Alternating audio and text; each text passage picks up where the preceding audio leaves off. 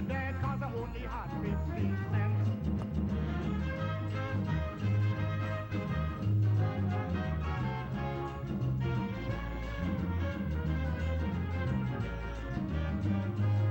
Just then I started to play big and asked her what she would like to drink. And she said, "Billy boy, you treat me so nice that I hardly know what to think. I'm so hard and you ain't working no way. I don't want to put you in too much expense, cause you mightn't have enough to pay." So she only drank 2 quarts of rum before I turned round. She emptied 2 flasks of gin, along with whiskey, brandy, ale, beer and stout. I can't tell you who the woman put it in. Lemonade, no, you have to learn them and wine. She got was just like a French, but when she called for some more, I fall up on the floor, cause I only had 15 cents.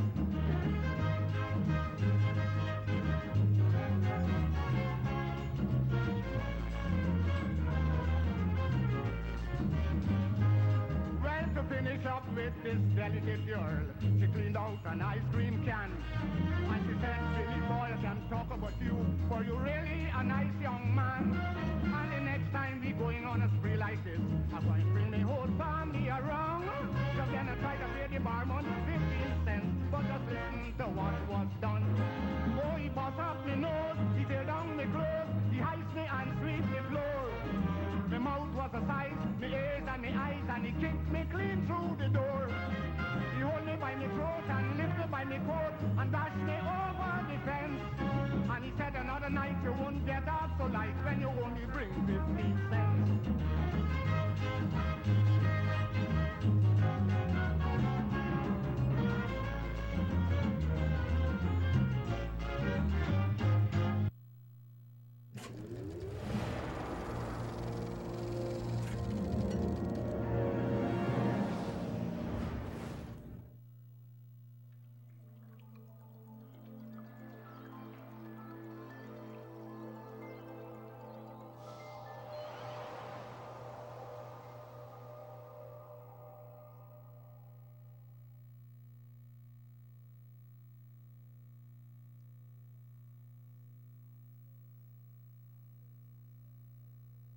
Jesus, you are everything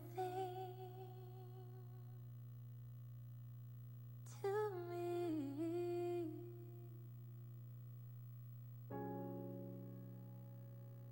Jesus, you are everything to me.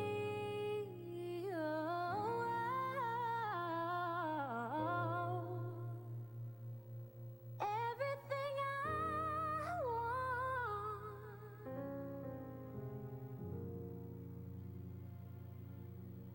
it's in you. Everything I need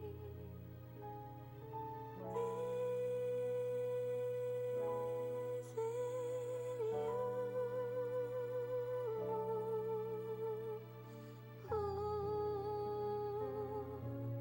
Let me be everything to you.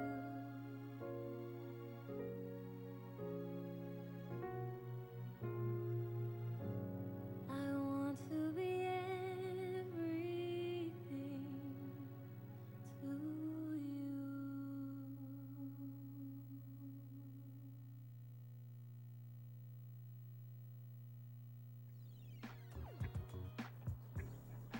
Hey now, what it do?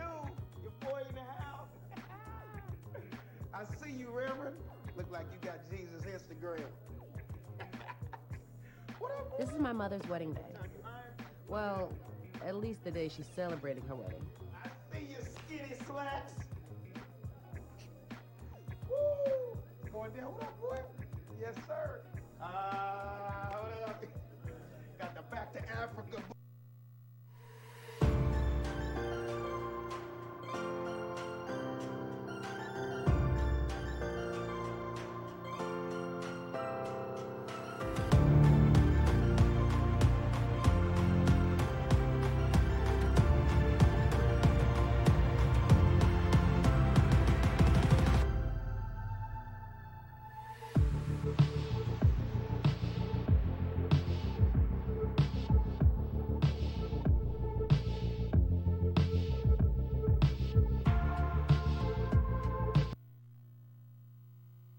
Guyana. A pleasant Tuesday evening to you, and welcome to yet another episode of Let's Talk with Annette for today, Tuesday, the 27th day of June in the year 2023.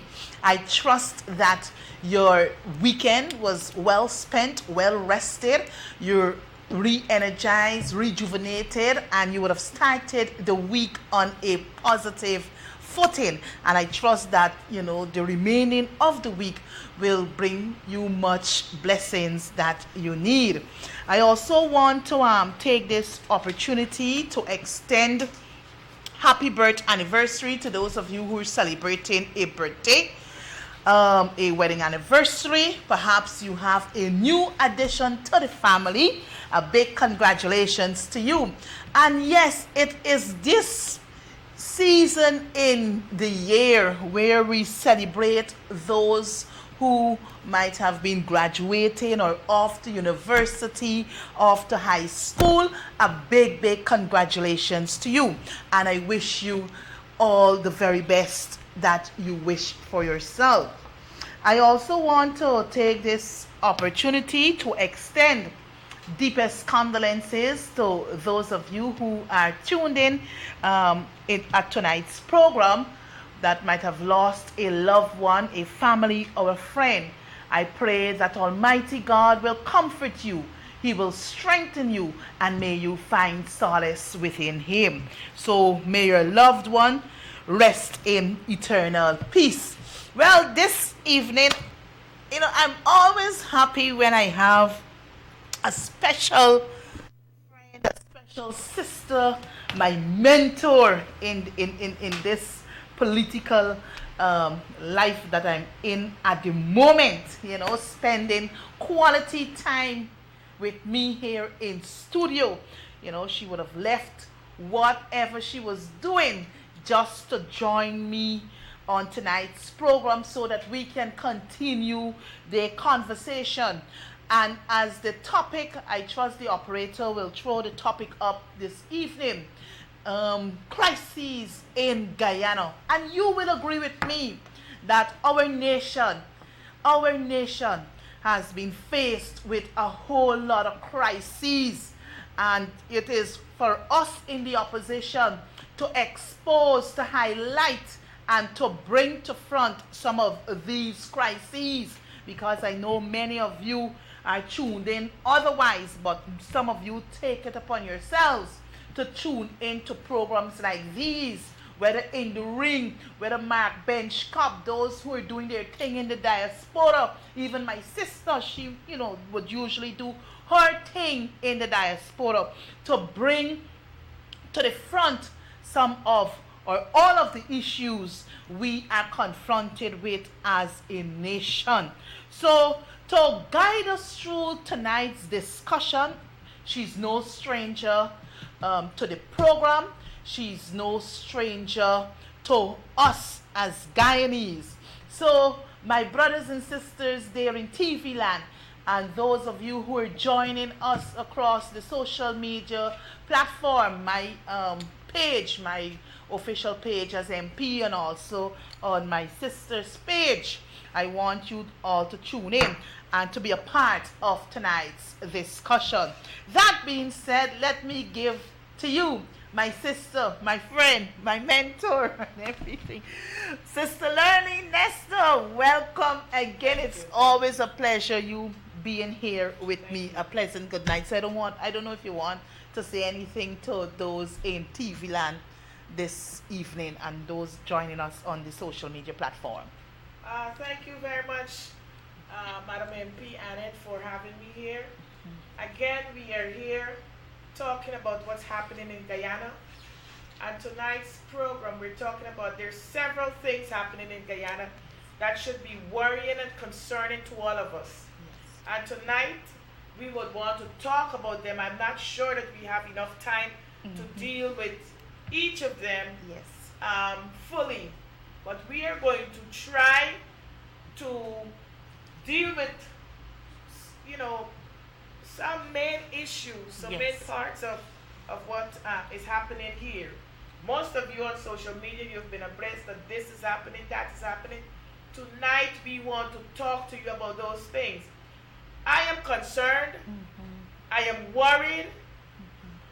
And I think all Guyanese, regardless of where you live, Yes. you should be concerned about what's happening. Yes. Indeed. All right. Thank you very much, Lurleen, for those opening remarks. Well, my brothers and sisters, this evening we will be discussing issues such as the removal of vendors from the Pleasance Railway embankment.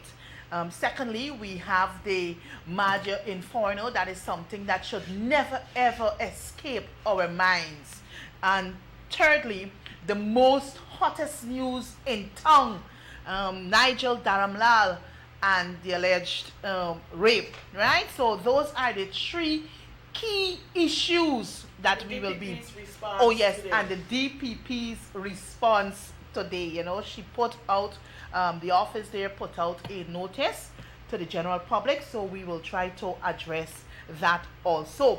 But touching on the first issue, Lurleen, the removal of the Pleasance vendors. I know we wouldn't want to spend much time where that particular issue is concerned because, you know, we got to touch the hottest one that is in town and But also not, the DPP. Not running away from that. I believe the Pleasance issue is also of paramount importance to this nation. Yes. Most of you on social media, you would have been watching, you see protests happening right now. Because what has happened is that the vendors, and many of them have very, very firm structures there. Yes. Okay? They would have taken time to invest and to build, you know. And so they have been given, and this is where, you know, sometimes it has to do with not what you say, but how you say it, Yes. not what you do, but But how how it you is do it. done. And these vendors, from my information, were given 7 days, that's 1 week, to pick up their traps, vacate, and I'm talking about permanent, really firm structures. Many of them invested everything that they have Yes. Yes. to pick up themselves, break down, whatever, or run away and leave everything, and they must move from there in 7 days. I want you to process that Yes. as a human being, as someone. Let's assume that you are living in a home, you're renting, okay? And the landlord says to you, get out by 7 days. You know, you have no place. way to go. Exactly. Exactly. You have everything. You have your children there to take care of. These people, they have goods that they would have purchased a long Yes. time now. Yes. They have invested everything. Many of them have banks to pay. Exactly. And they are told 7 days. I am saying, before you even go about to issue that notice, okay, you should have had a conversation with those people. Exactly. And an extensive conversation. Yes. Not one, not two, not three. Exactly. We are talking about people's investment. We are talking about their livelihoods.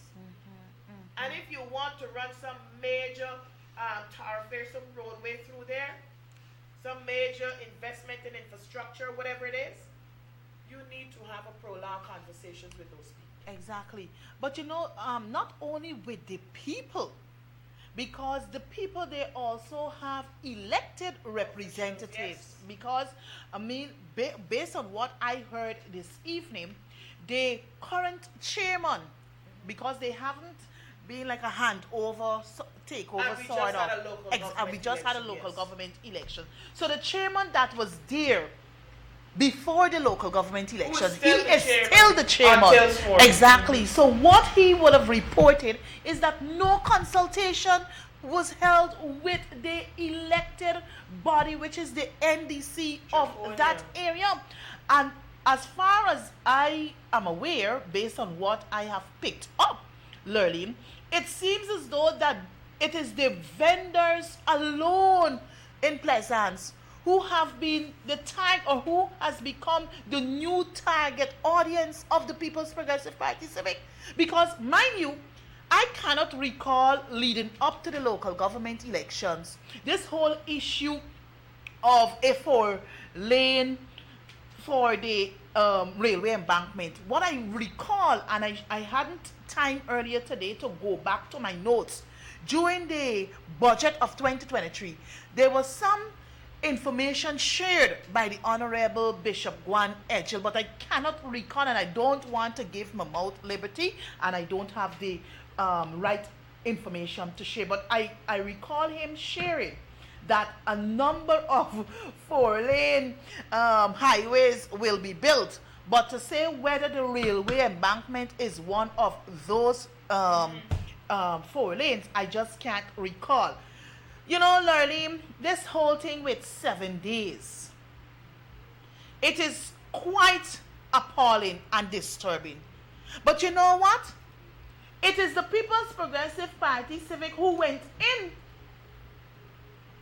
to Pleasance and say to the Pleasancians, vote for me.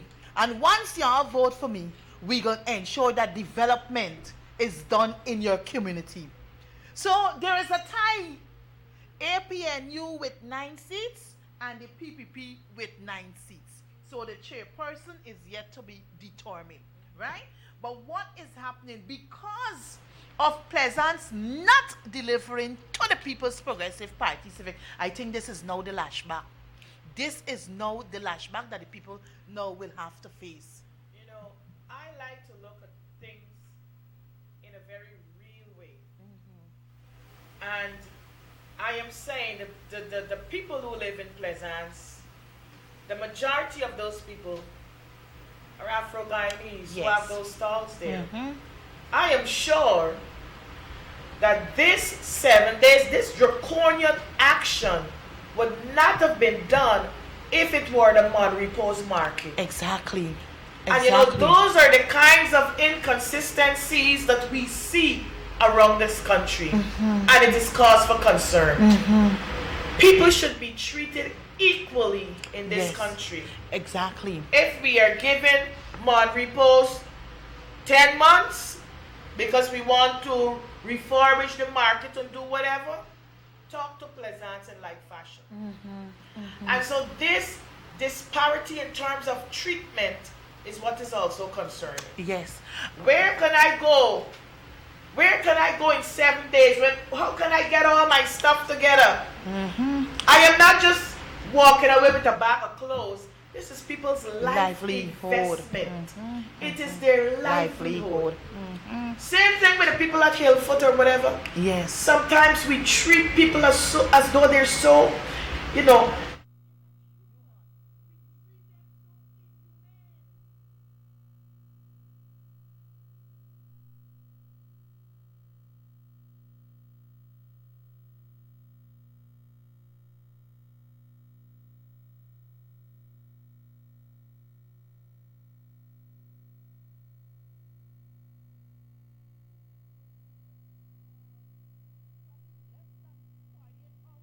To have their caravans and all the other things that they had out there removed. Their livelihoods were disrupted. Coming down further, you had Mucka, that incident we must never ever forget, viewers. They too had their livelihood disturbed. What Mucka has, you know, in tandem with the people in Pleasance. What is the connection there? It's the same kind of people. Exactly. So it's the same kind of treatment. Exactly. And we have to call those things out when we see it. Less people get away with it. That is so true. We have to be fair. And those of us who don't look like the people in Mocha or don't look like the people in Pleasance, we also have a duty to call these things out. Yes. Let us be fair. Yes. And Lordy, one more point I want to make. Even the people, you would recall early this year, you had those persons who plied their livelihood outside of the Georgetown Public Hospital in Newmarket Street. They too were removed. Why? Because apparently the shops in the area complain about losing businesses. And when you do the survey as to who make up or who are the owners of those shops, it's not people like you and I. I mean, we're not racist here, but we're just highlighting and calling it out for what it is. Facts, facts are stubborn things. And if it's an issue of one race being treated unfairly against another, we have a responsibility to call that out. Exactly. Okay? Yes. We have a responsibility as good, decent citizens to call that out, regardless of the color of our skin or the texture of our hair. Yes. Whether we Hindu, Muslims, or Christian, Rastafarian, whatever, our humanity should tell us that when we see wrong, when we see discrimination, when we see unequal treatment, when we see unfairness, we have a responsibility to call it out. Yeah, and just before we move to the second issue, I want to remind Guyanese how the coalition government would have treated with vendors when we were in government and we had to continue that East Coast Highway road from I think it was from Annadale way up to Belfield. This is what happened, Lurleen, at Monrepo. We had issues with those vendors who were vending on the road. They gave us a hard time that would have caused the delay start in the project, right? What we did as a responsible government, we engaged them. We didn't give them a 7 days notice, you understand me, and tell them they have X day to remove. We engaged, continuous engagement. That is what we did. And it was a simple thing for them. They had to, an area was identified on the southern half where we were going to have them removed to that area. We would have asphalt that area so that they can continue their trade without any further hindrances. Sometimes, and this is where, sometimes all it takes is a conversation. Exactly. That's all it is. Exactly. The people in Pleasance could solve that issue with a conversation. Indeed. They know, because let me say this, vending, whether it's on government reserves or wherever, it's an old issue in this country. Okay? Many people live on those reserves. Okay? And so the fact that they have built a life there should cause us to pause and to consider how to deal with it. They themselves may have the solution to the problem, but approach might be wrong. We have to engage them, not one time, not two times. Remember, we are talking about uprooting a people's livelihood. Change does not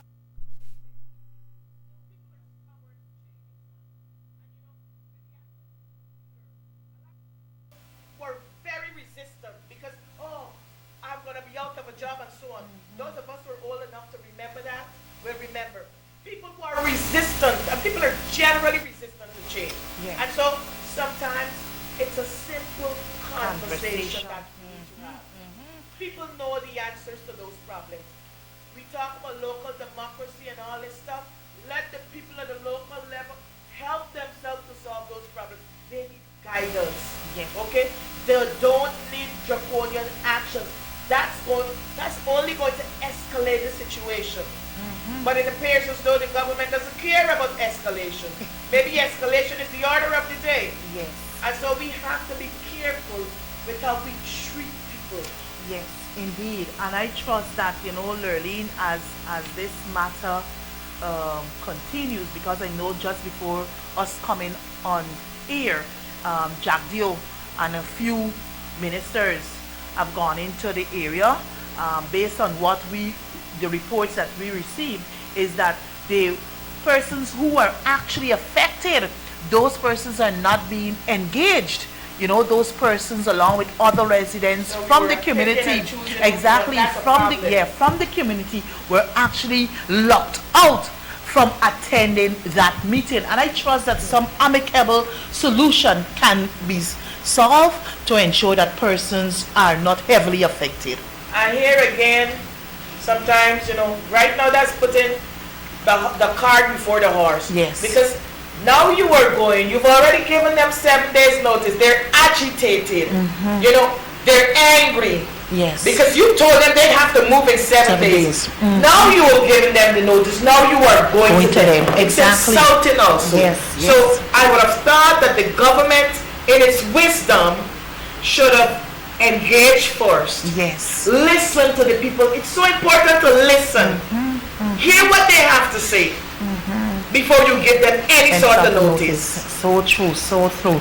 You know, so as I will reiterate once again that it is our hope that the government will find common ground to meet the people rather than, you know, causing things to escalate further.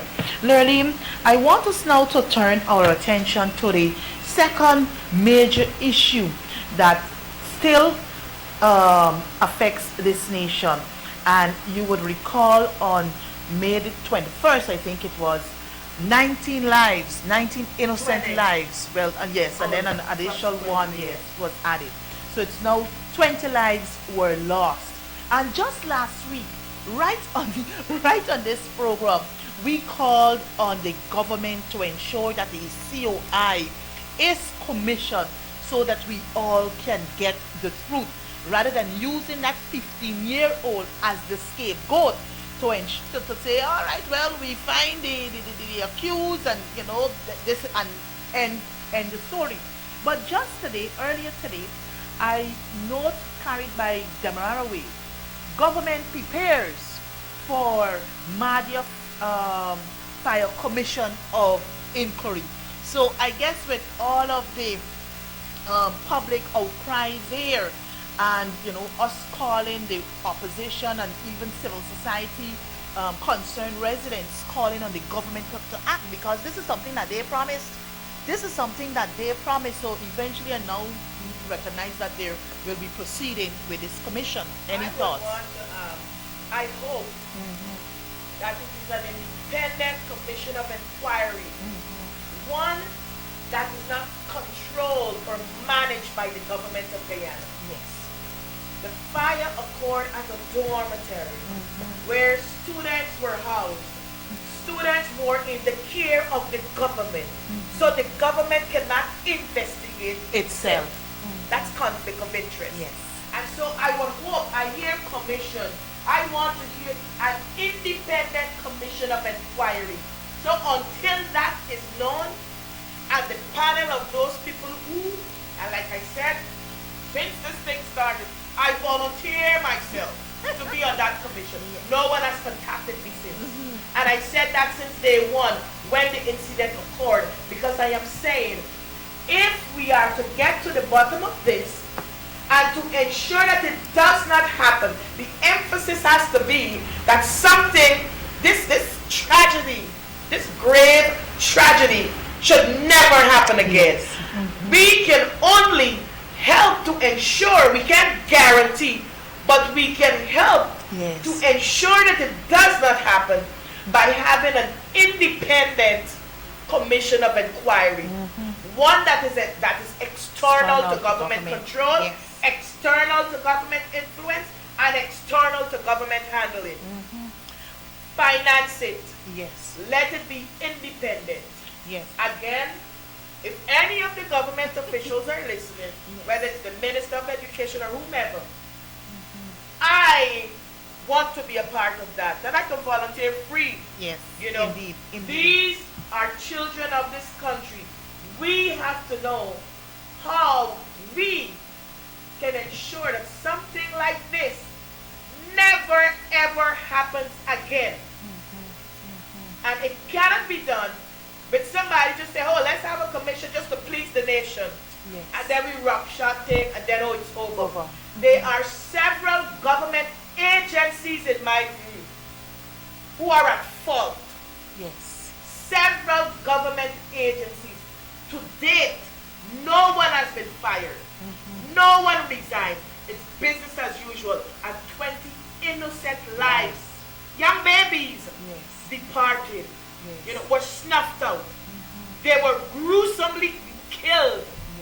And no one in government. and it makes me mad because many agencies failed those children. Exactly, exactly. And you know, learning, you're absolutely correct. We would want to know the names of these people, how the process in hiring them, that's one. And even, I guess, even before hiring them, this nation needs to know the terms of reference.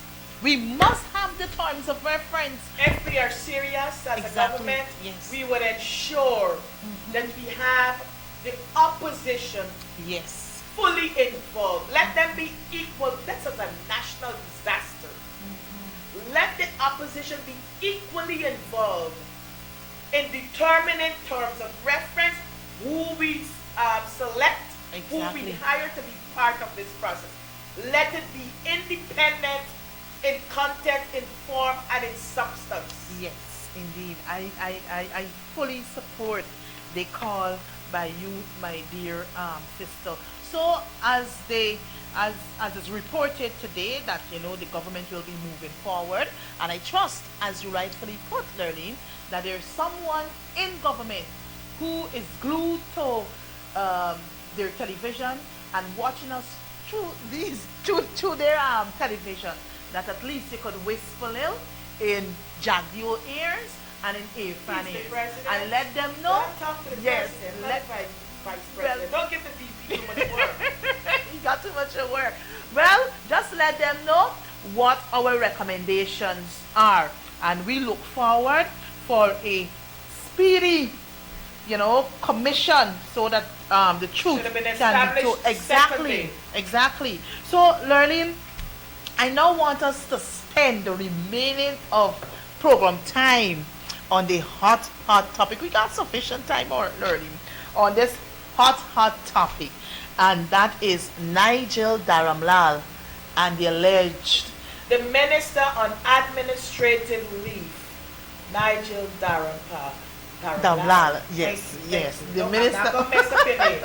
Dharamlal. Thank you. Yes. So, learning, like others, we are fully aware that this particular situation came to light close to 2 weeks, 2.5 weeks, and despite the calls by many, whether it's women organization, the National Two-Show Council, or the organization, I also recognize that the Women and Gender Commission, a constitution body of the National Assembly, they too put a statement out there.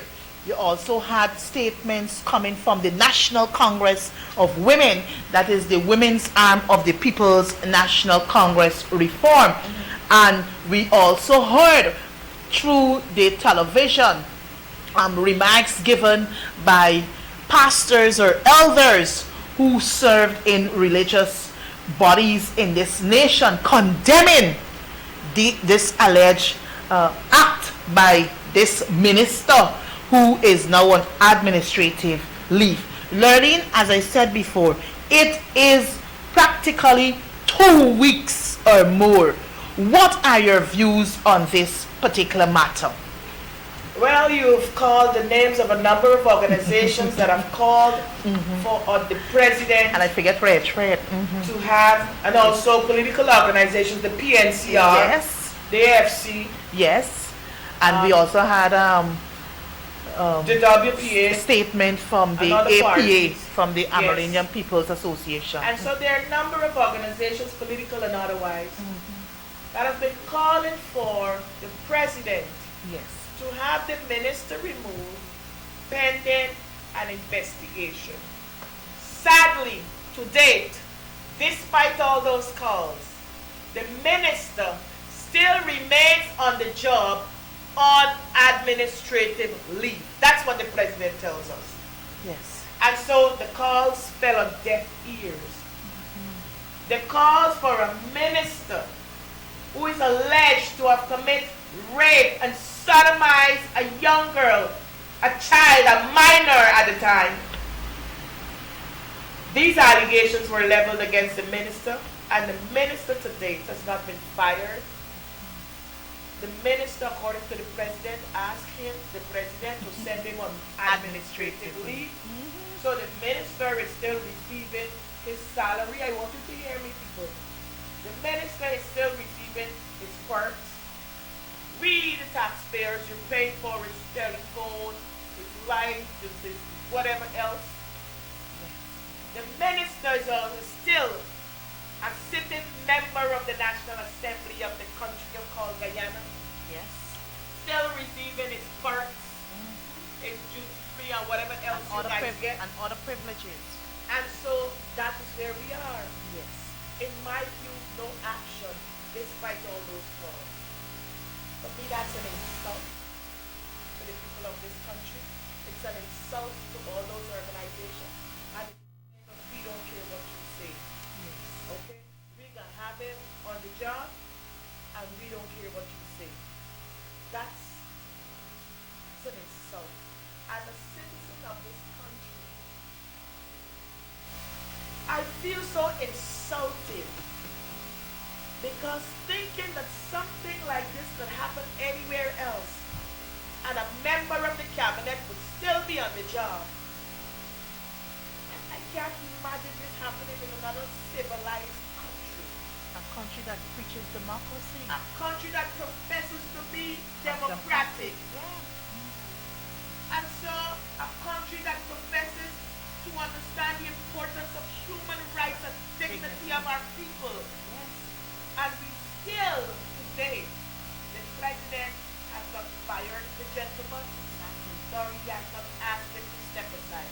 The gentleman is still a minister of government. He is still a member of the National Assembly. I want you also to process that for a second. If that is not an insult to Guyanese, tell me what is. A man is innocent until proven guilty. These are allegations. Yes. Okay? The minister must have his day in court. But that's staying on the Guyana government. It's not only the PPP government. This is the Guyana government. This is Guyana. All of us belong here. And so it's a stain on us as a people.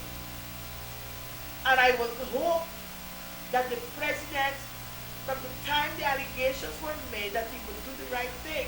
Just to save the government, The embarrassment. save his administration.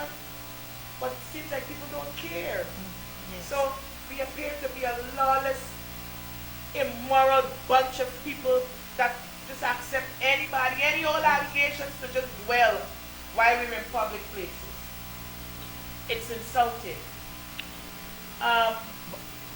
My voice is a little hoarse, you can hear, because I've been shouting and protesting all day, and that I will do until we get action on this matter. Exactly. But even before, Lurleen, if you may allow me to just share briefly with our viewers. I don't intend to be too lengthy, but also to let our viewers get a sense as to what is happening.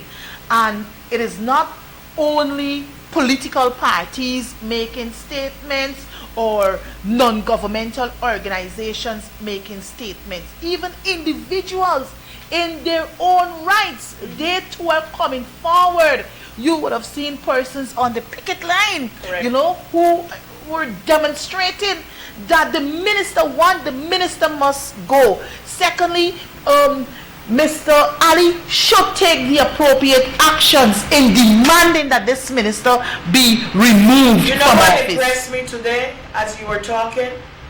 There's a gentleman who was watching the live by Miss Brooms, and he drove from London because he was so hurt about this situation Yes. to come and protest. Yes. He drove all the way there just to come and protest. Yes. I want to salute that gentleman. Exactly.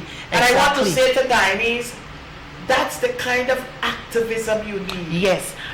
Just in Sunday's Kaichur News, there's a letter to the editor by one Dr. Jerry Jailal. And the letter is quite an extensive one, which I wouldn't want to share, probably only some salient points on air here. But this is what the headline to that letter carried. Is Minister Dharamlal a Godi? Here is Minister Dharamlal a Godi. The PPP will have to carry or will they cut off the goatee now? Lurleen, what do you say to such an I have headline? to go to the dictionary to find out what is a goatee. But I would imagine it's a huge burden. Exactly. And so what the gentleman is probably saying, Dharamlal is a huge burden to the PPP, and they must decide now whether they will carry that or whether they will separate. Exactly. Okay? But it appears so far they're prepared to carry that. The question is why? Well, you see, The question is why? Why would you go to lengths to keep a man in the government, in the cabinet, in the parliament, who is accused of committed, at this point it's an accusation, okay? Who is alleged to have committed such gruesome acts of rape and sodomy on a child, exactly. on a minor. Yes. Why would you? I can't understand. Why would you go through the trouble to carry him along with you in your government? Have you no shame? Well, Lurleen, my only response to that, it seems as though Dharamlal has secrets. Perhaps from Jagdeo right down. From Jagdeo right down, because this writer, not only has he referred to the current situation facing Dharamlal, he made reference going way back when this character served as permanent secretary in the Ministry of Indigenous Peoples Affairs. He was at all times labeled one who pray after young indigenous girls, allegedly. Alleged, yes. Secondly, Lurleen, These allegations are too frequent and they're Exactly. also of the same nature. So if there's cause for concern. and involving just this one character. So Just this one character. that should have been investigated years now. Exactly. So the government then, I think it was under either Ramatar was the president or Jagdeo, did not take the appropriate actions against him. Secondly, Lurleen, we had the incident with the IDB staff who was working here in Guyana and perhaps might have, been having an affair with an ex-partner of this same Dharamlal. Alleged again when he pulled his gun. Alleged again. Well, it went to court, Lurleen. went to Oh, court. I'm yes, sorry. it went to I'm court. sorry. What else this character was involved in, you would recall. The 300 million GIDB funds. This wasn't alleged because he had his day in court. That's a And real eventually, this matter was thrown out. Burden. Another situation we can speak to involving the same character, Lurleen, is the dildo remarks in the National Assembly. Lurid and vulgar. Oh, when he called one of my female colleagues or said to her, "You want a dildo."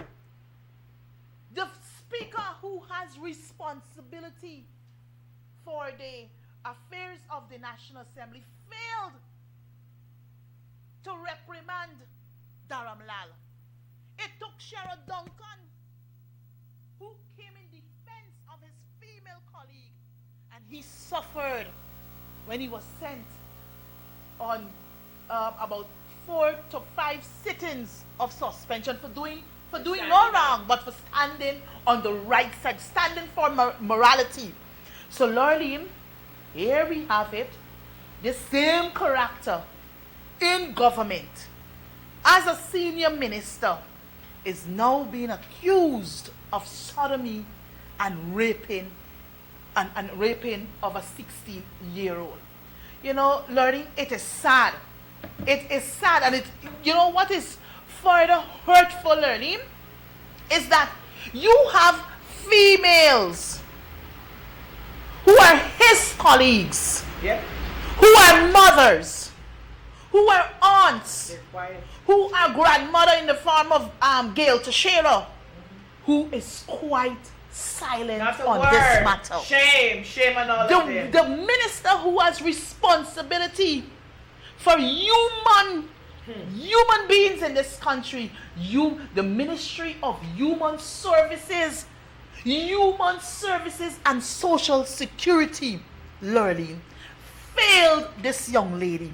We haven't heard a word, not a word from Dr. Vindhya Prasad. Is Lurleen. there a cabinet decision that would say to these women to not talk on this matter? I don't know, If Lurleen. there is such a decision, that's one decision that I would not be abiding by.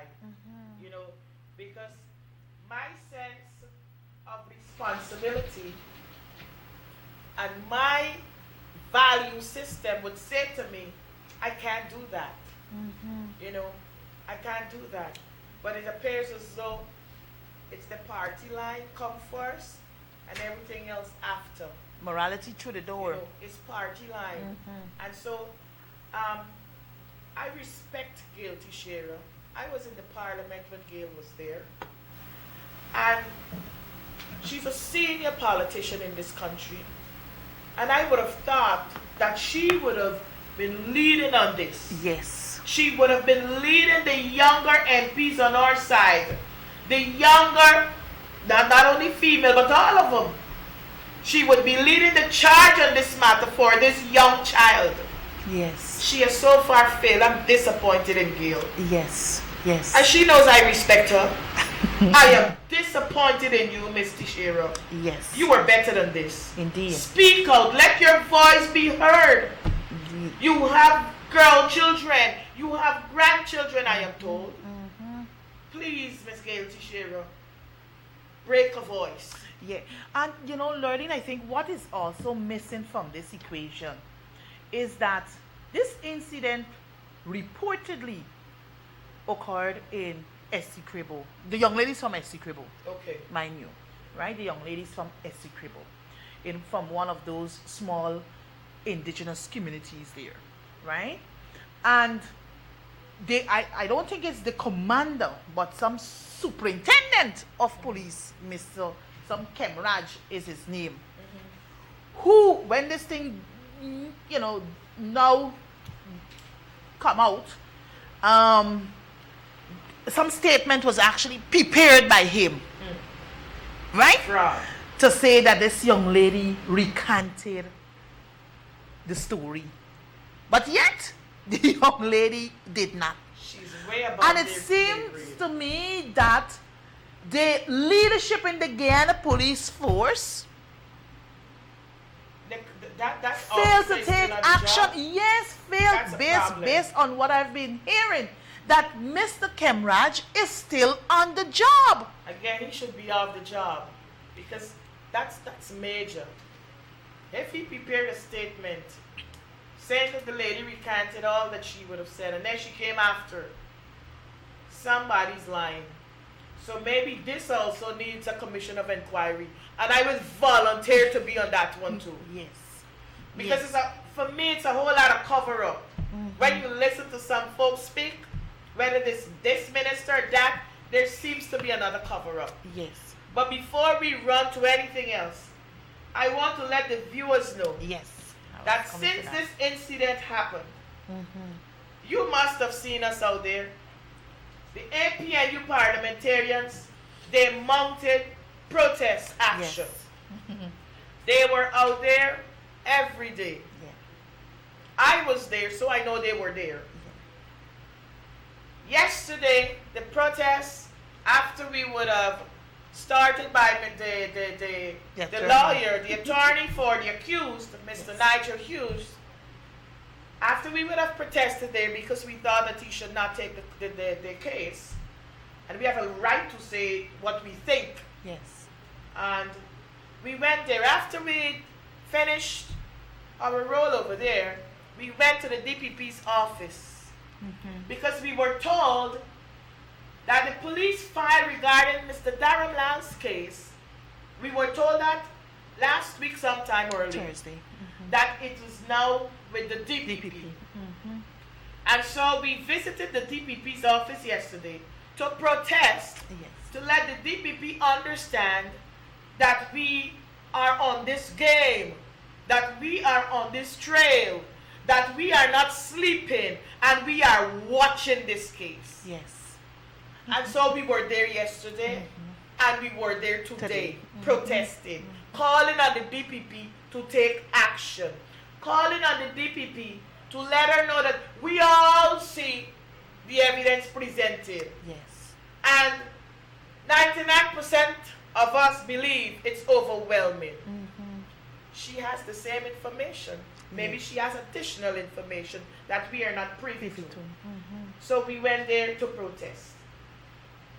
Later this afternoon, the DPP issued a statement. Do you want to share the statement? Well, Ferguson? learning since you Okay, have it up, yes, okay. yeah, you share. So, the DPP issued a statement. And ladies and gentlemen, you must have read the statement online as well. I want to read briefly and then I want to carve out some key lines or some words used here. Because you see, a lot of us, a lot of people in this country seem to have lost confidence,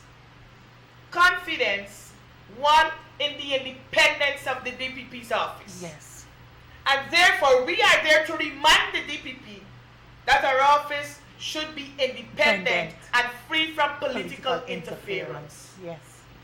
And so, our protest at the office resulted in a statement from the DPP. So, I thank the DPP for listening, and I thank the DPP for responding. Yes. But we will also respond, Yes. and we will have the last say on this matter. Yes. And we are not done protesting if the DPP thinks that we are done. So the DPP statement is dated June 27, 2023, and it says, the caption, DPP's chamber press statement, sexual offense allegations against Nigel Dharamlal.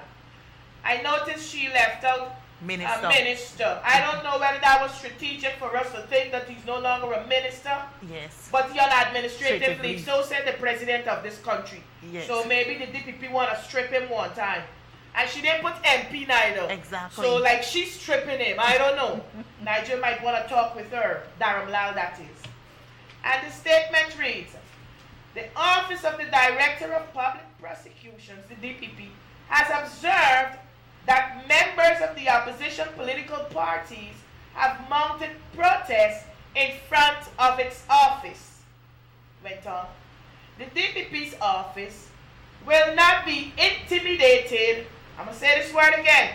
The DPP's office will not be intimidated by these individuals who profess to want justice in a criminal matter, even while a police file is being given due legal attention. It's not finished there, but I'm going to pause there just to talk to that line. Yes.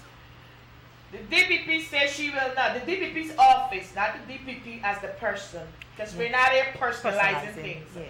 The DPP's office says that it will not be intimidated by these people. Now, again, I talk about not what is said, but how it is said. Yes. You know, this is a serious matter. A serious allegation of rape against a child. The DPP's office, I believe, would be sensitive to the serious nature of this issue. Yes. And would be sensitive to the cries of the emotional and the moral conviction of citizens of this country who would want to see justice served. But to use such strong and abrasive language, you know, it's an affront to the whole process of decency here. The DPP's office should understand that people in this country ought to be outraged. If a minister of the government is alleged to have committed such gruesome acts of rape and sodomy against a child of this country. And so to say to us that you will not be intimidated, you know, it's crude and it's wrong. Yeah. Language that should not be used. It shows that the DPP's office is not sensitive to the issue. No way. Okay? No way. Because this is confrontational issues we're talking now. Your language, I don't know who is advising the DPP, but language, let's watch our language. We are not there to intimidate you. We don't come with no bullets and no guns trying to intimidate you. We are coming there to say to you that this is a matter we will not sleep on. We are saying to you that you have sufficient evidence we believe that you need to act on. Yes. We are not there to intimidate you. The DPP, you know, the DPP should understand, and the DPP's office is full of lawyers. Yes. And they understand that peaceful protest is a constitutional guaranteed right to the citizens of this country. So if the DPP is saying to Guyanese that protesting is an act of intimidation, well then the DPP is out of order. Yes. And so I want to address these little key points here. Yeah. If you are saying, Guyanese, I want us to listen, because the DPP's letter doesn't scare me. It just riddled me up even more. Because it's insulting to our intelligence. Yes. Peaceful protest cannot be an act of intimidation when the Constitution of Guyana says we all have that right. So the DPP needs to rewrite the letter. You understand me? Yes. And so we must not take these things from folks in our office who feel that they can shove things down our throats. So that's the first point or word I want to rebut. So DPP's office, we are not there to intimidate you. We are there to say, we are watching you. And we will watch you like we've never watched you before. Because this is serious. Let's continue. People who profess to want to have justice, whatever. Let's throw that in the water. That makes sense. Then she talks about the DPP's office, they profess to want justice in a criminal matter, even while the police file is being given due legal attention. For me, the phrase due legal attention is subjective. Exactly. What is due legal attention? For some people, due legal attention is one day they get a charge, the file is brought, and a couple days after they get a charge. Due legal attention for some other people might be 2-3 months, and then it's thrown because what is due legal attention? Yes. Is it consistent for everybody across the board? No. Or some people are entitled to more due legal attention than other people? We have cases that we can compare. Oh, yes. And so the DPP's office need to know that we are doing our research. And we understand when people try to bamboozle us. And we ain't going to take it. Can I continue to read the letter? And rebut? Thank you.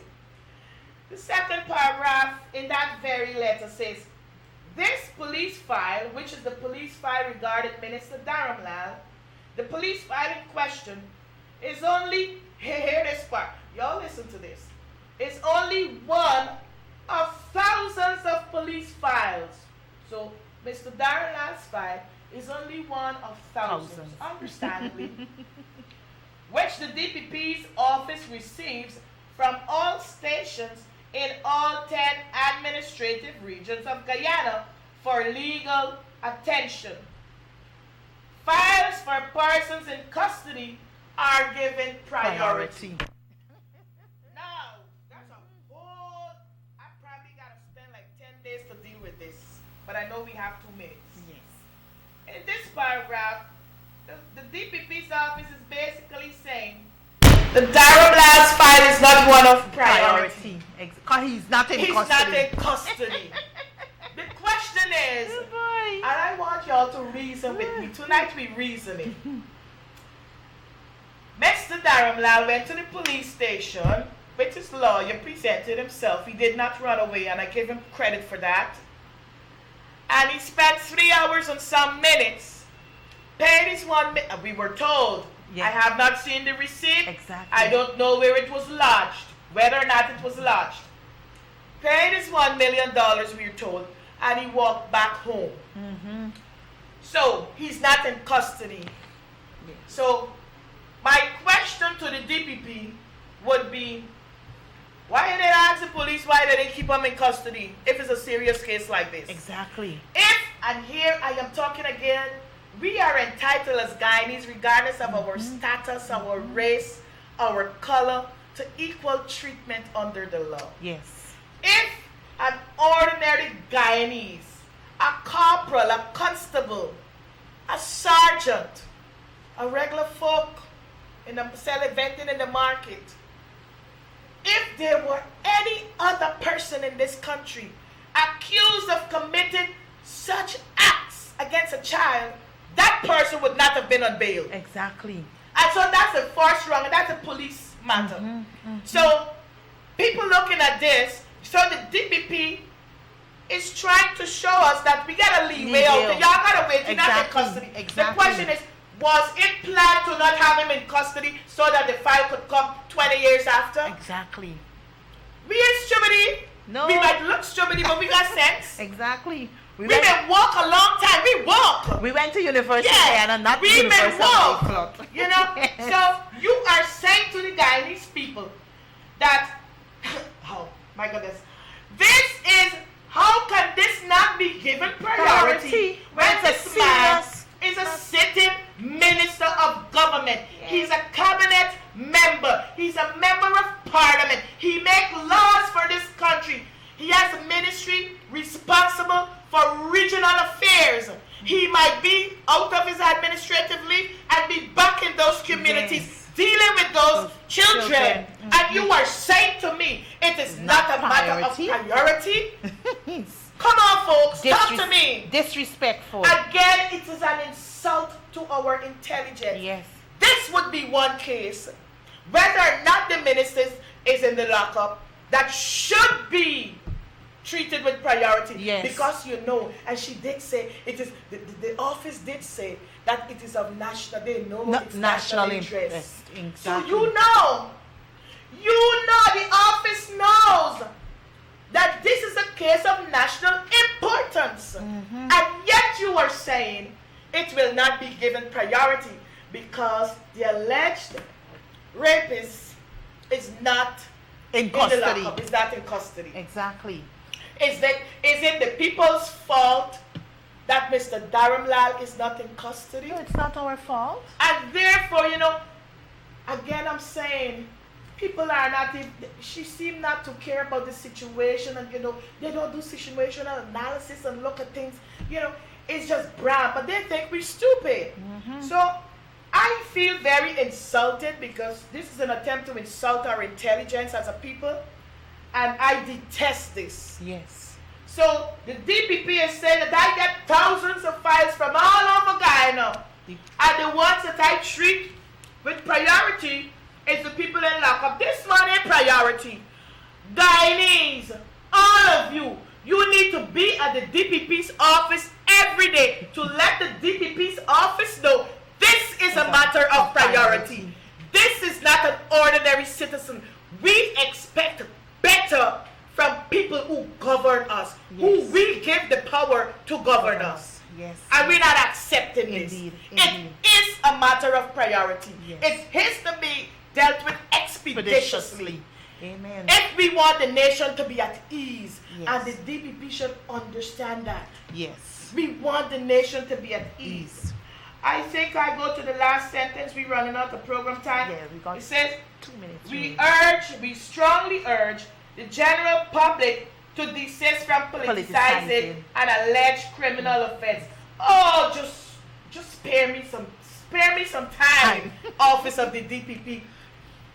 How can we politicize this issue when the alleged rapist is a politician? Talk to me. All right. This man is a politician. He's a minister of the government. So, by his own action and by him being a politician, the issues are already politicized. So we politicize nothing. He politicizes because The allegation is that he used his office Yes. to run his rhythm. Exactly. You understand what I'm saying? Exactly. So, and this is what they do to distract people. When you are fighting on an issue that is important to this nation, everybody rather, oh, they're politicizing because they think by saying that people will just back off. And regular folks, the church folks, and the good folks out there will not come because the word politicize will scare them. Exactly. Guys, wake up. You gotta be woke. Yes. This should not stand. This should not stand. We don't have more time to deal with the letter, but the DPP must know that the letter, what's the word that she used? We are not intimidated by your letter, Exactly. but we thank you for issuing this the statement, so we know you stand DPP's office. Exactly. You know, just before, because I know we're into program time already, Lurleen, but you would recall, I mean, you're talking about persons in custody and all kind of thing treated as priority. You would recall, Lurleen, the matter involving the Maggio Inferno. That young lady, the fire was on the 21st of May, and by the 28th or the 29th of May, that very DPP recommended murder charges, 19 murder charges for this young lady. So what are you saying to us, DPP? We went to the University of Guyana. We went to University of IFLOP. So all that we're saying to you, treat with this matter in an expeditious manner. Guyana, eyes are on you, Madam DPP. The DPP's office. The DPP's office. Yes, the DPP's office wrote us. You know, Lurleen, it is, you know, at time this 1 hour is never too sufficient. But I think this evening we had a very good program. So in 30 seconds, can you give your closing remarks and then we bring the curtains down, please? Ladies and gentlemen, Guyanese, we are in crisis mode and we have to act like it. We need to stand up, stand firm, and we have to fight for equal treatment under the law. Yes. We are not being treated equally under the law. I am saying to us, these are serious issues that we have to collectively fight. Yes. When it's time to protest, we have to protest. The DPP's office spoke to us, and we will have to remind the DPP that we will not be intimidated by their letter. The Constitution of this country guarantees us the right. We can't sit by it. We got to stand up and fight back. Yes, we got to push back. Yes. We got to push back with our protests. We got to push back with our picketing. We're going to use every ounce of legal opportunity available to us to put back, and we're going to use the Ghana Constitution to help us fight. Yes, thank you very much, Lurleen. Look, Lurleen, I just want to thank you very much for sharing this hour with me, and I trust that those tune in this evening, both in TV land and on social media, would have learned a lot from our discussion on these 3 issues. And as Lurleen rightfully said, we have to push back. We have to continue to protest. We have to continue to call out this government so that at least actions can be given. Once again, ladies and gentlemen, in TV land and on social media, this is all the time we have this evening on Let's Talk with Annette. I do encourage you to tune in on Thursday of this week, where you have a rebroadcast of the program. And you can also tune in on subscribe to the YouTube channel Let's Talk, where you can also view tonight's program. With that being said, once again, I thank you for joining us, and I do look forward to you joining me next Tuesday for another edition of Let's Talk with Annette. Do have a wonderful week, rest of the week. May God bless you, may God bless your family, and may God bless this beautiful nation of ours called Guyana. Tata.